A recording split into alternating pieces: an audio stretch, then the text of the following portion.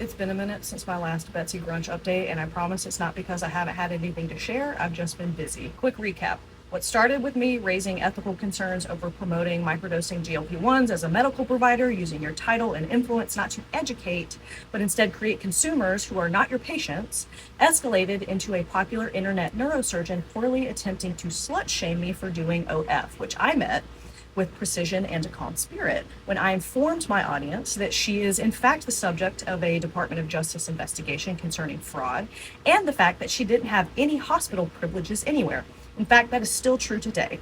More on that in a minute. She also said for months her new business partner, Dr. Carl Schultz, is on sabbatical, implying he was coming back. And I pointed out that he pulled out a long time ago when he realized Betsy couldn't get hospital privileges anywhere. Longstreet is where she was not offered a contract after the merger with NGHS resumed. The merger, mind you, her DOJ investigation temporarily halted. In a previous video, I stated that Dr. Carl Schultz was returning to Longstreet in June.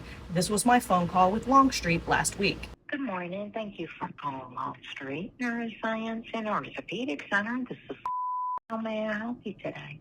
Good morning.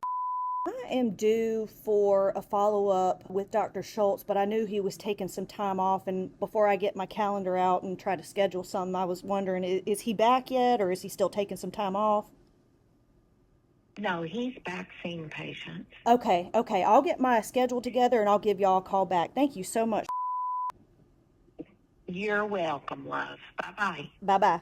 Well, there's that. Besides NGHS, I have shared multiple hospitals where she has failed to obtain privileges, including comments from current patients where she admitted to them she does not currently have hospital privileges. She and I both know that her application for privileges at Emory University has been sitting unanswered for months, but she doesn't know that I was told the board met last week and denied her application for privileges, and not just because of the DOJ investigation, but also allegedly due to disclosure issues, financial relationships, negative patient outcomes, and professionalism that is below the standard of neurological care. I don't know if they're going to tell her all that when they give her the news this week, but I'm a girl's girl and I figured she'd want to know what I heard. Maybe that's who she's referencing in her full spread article that she definitely probably paid for, where she says her nemesis is social media haters, because that's definitely why she can't get privileges anywhere, right? And maybe these are things she's going to cover with the next cohort of people she's grifting off of, or possibly discuss at the Circle Jerk conference that sounds like a yeast infection medication.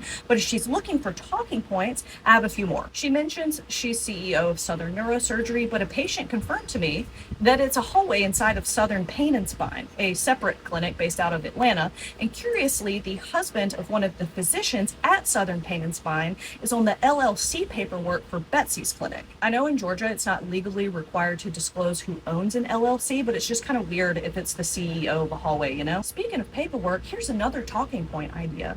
Maybe Betsy can speak about how she threatened to sue her adult stepdaughter, Joey Grunch, after Joey made a video asking why her daddy didn't want her because Betsy and her husband blocked her on everything and Joey didn't have a way to contact them. I know Betsy argued in the cease and desist that the financial obligation was fulfilled, but left it at that. So I was just wondering if that's the same standard of care for human beings she also applies in practice, considering the number of malpractice lawsuits currently pending, including the most recent one filed in Hall County. This is the one where Betsy allegedly injured a patient's iliac vein during a lumbar spinal fusion. The surgery was aborted. The patient had to be transferred to the ICU with a large hematoma. She reportedly developed a DVT 3 weeks later and needed a stent months after that.